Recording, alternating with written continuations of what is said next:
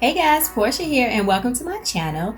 Today I am going to cut some leather. So this is the Cricut Leather in metallic. This has actually been something that was on my maker to-do list, but I hadn't got around to it. So what I decided to do is add a leather patch to a project I just finished. So let me show you. Right here is a baby blanket that I just knitted up. It is in an ombre effect and I absolutely love how it came out. Now, the opportunity to add leather came in when I had worked a heart into the pattern. So I don't know how well you guys can see the heart, but it's right there. So I worked that into the pattern, but I feel like it's not popping enough. It blends in to the overall piece a lot more than I would like, right? So I decided why not change it up and add a leather patch there. So let's see how it turns out. Starting in design space, I have all of my elements laid out. I want to center the moon and the stars and the name. It will print out or cut out separately, but I still want to center it because I'm going to go ahead and attach these two together because I want it to cut exactly how we see it here. Let's go ahead and make it. Now I'm going to use HTV, holographic HTV on this, so I'm going to mirror it so that it would iron on or press out correctly. And because this image is super tiny, it didn't take long to print out at all whatsoever. All right, so I'm going to switch out the fine point blade for the deep cut blade in preparation to cut our leather. And with this is metallic leather from Cricut, like I showed you guys earlier. And this didn't take long to print at all. This is a really easy, basic shape.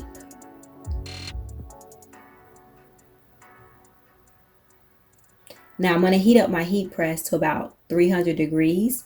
I have never actually did this before, so I was just guessing on that. So if I mess it up, it is what it is. So just gonna go ahead and weed this out real easy. And then I did weed out the heart, but you notice I put it too close to the edge. So I'm gonna use scissors to kind of shape that edge right there, because that like so bothered my nerves. Like really bad. And of course, before I had a die cutting machine, I had scissors. Making sure I like how that lines up. I'm going to press that on down, and we are going to go ahead and get ready to press our image onto our leather. And like I said, guys, I made this up as I went along, so I thought that maybe 25 seconds would be long enough at about 300 degrees. And if I messed it up, I could do it again. So I was so hoping when I pulled that up that I did not burn the leather. All right, looks good. So I always do one more pass, and I don't want to leave it on for as long as I did last time, so probably like half the time. Okay, so what I'm using now is the leather hole punch with my mallet, because I'm going to eventually sew this down onto the baby blanket. And this process didn't take too long, but you definitely need to put some pressure there in order to make sure that the hole punch goes all the way through, because this Cricut leather is pretty thick, but I was happy with the results.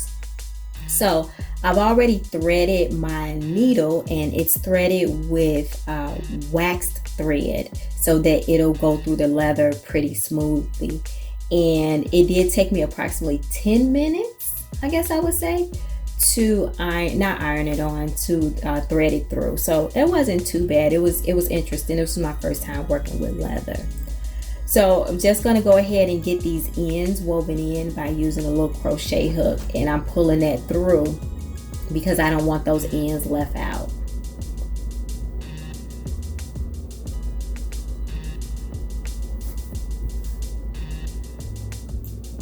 All right, guys, so honestly, that's pretty much it. It was a really easy project, very basic, but I love the way it came out, and I definitely do think it looks better than the original knit heart I had there.